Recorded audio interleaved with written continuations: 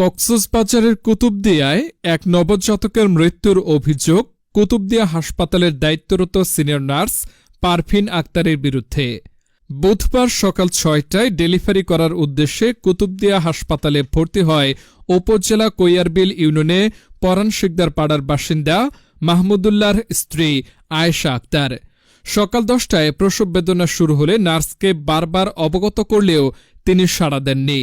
পরে কেবিনের পার্শ্ববর্তী বাথরুমেই বাচ্চা প্রসব করেন প্রসূতি।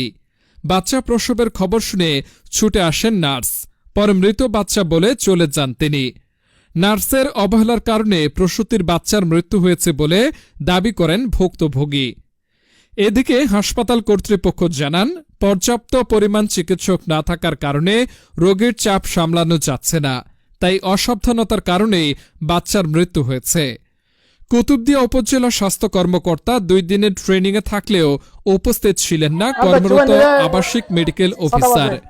উক্ত হাসপাতালে পর্যাপ্ত পরিমাণ ডাক্তার এবং নার্স না থাকার কারণে প্রতিনিয়ত হয়রানির শিকার হচ্ছেন দ্বীপবাসী। তো দ্বিতীয় হতল দিকে আর বেঁচে তখন আর বড় হওয়ার দিকে আর রুগী তো বেশি প্রেন উঠতে তারা যাই না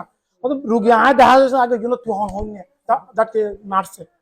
তো এত তার ওই তখন টয়লেট ঢুকি সহ্য করে নেবে তখন বাচ্চা ফসলা করে দিই এই থেকে মৃত তারা মৃত তিনটা 3:30 করি আর কোমর ব্যথা করে 6টা বাজে আগে গই 6টা বাজে আইয়ার নাসার দাহাই নাসে সাইয়ার হদ্দা আরো সময় আছে দুপুর পর্যন্ত সময় আছে হইয়া নাতুন সময় আরো বাড়ি যার করে আরো বাড়ি যার তার বড় ভাই এইবার ডাকতে যায় নাসেরে ডাক্তারে ডাকতে যায় আর বড় ভাই ইতারা কি করে গজগজি মারে হদ্দার 100 বার করে ডাকতে দেন হয়ে গজগজি মারে তেন করতে করতে আই সিকিউরিটি মেডিকেল ফাড়ে গেল তো নইয়ে তো ডাকতে যায় আর বড় হইয়ে ফরান্দা সে ডাকতে যায় এবার গজগজি মারি এর দূর হয় তো হনিকে নইয়ে তা লেফটেন্যান্ট আসি আর মারলো ইয়ে তো এড়ুদ্দুর মাঝে এড়োগি হয় তো এড়া আর বইনদ্দ আর বাইয়ের বউ আর মায়ে শেষাইয়ের আর এড়ে সিঁড়ি তুলি ফেলাইয়ে তিতার আসি আইয়ের ওয়াইয়ের ইতার চেষ্টা ন করে মানে ফিডতো গো সোয়ার মারি নসাই নাক গালো থনকু টানি নসাই এক ফুট বাইসিয়ারে এক ফুটা টানি নসাই মরা হইরে ফলা দিয়ে গেয়ে গই আর ইয়ার রক্ত ফুসে একদিন পরিষ্কার ন করে একদিন আইজো পরিষ্কার আর এখন দেখতে